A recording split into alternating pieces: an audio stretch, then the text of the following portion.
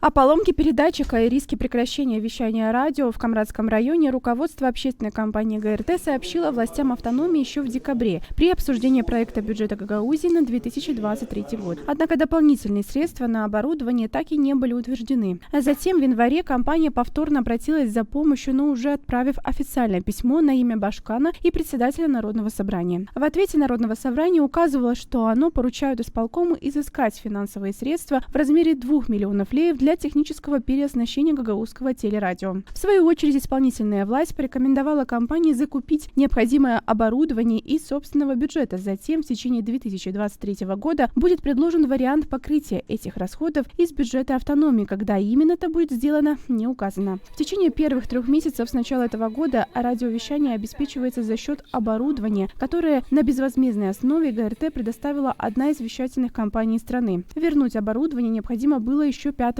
марта, но руководство договорилось о продлении срока пользования до конца марта. По истечению этого времени жители Камрадского района лишатся любимой радиоволны. Мы узнали, что они думают о сложившейся ситуации. Нежелательно. Какой проблемы? Вы слушаете, в принципе, радио? Для вас это будет проблема, если оно перестанет работать? Конечно, будет.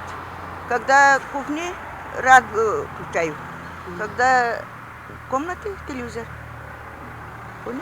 То есть все новости узнаете и от ГРТ? Узнаю. А вы как считаете? То же самое.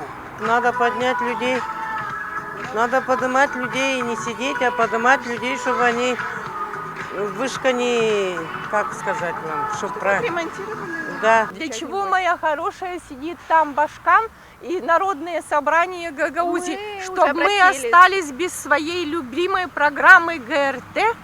Да что это такое? Уже совсем, что ли, они там очумели сидят? Ну скажите, пожалуйста, ну как так можно нас оставить без любимой программы, без наших любимых передач? Помогите ГРТ, помогите, потому что это наша самая любимая программа, одна единственная на всю Гагаузию.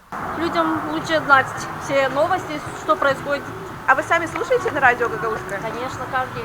Гагаузское радио является единственной радиостанцией, в эфире которой звучит преимущественно гагаузский язык. Радиоэфир ГРТ на сегодняшний день доступен жителям всей территории Гагаузской автономии, а также в ряде населенных пунктов южных районов Молдовы и Украины на частотах Камрад 102,1 FM, Чедерлунга 104,6 FM, Вулканишты 103,6 FM. Мария Статова, Владислав Табачук, Мария Казаку. Новости ГРТ.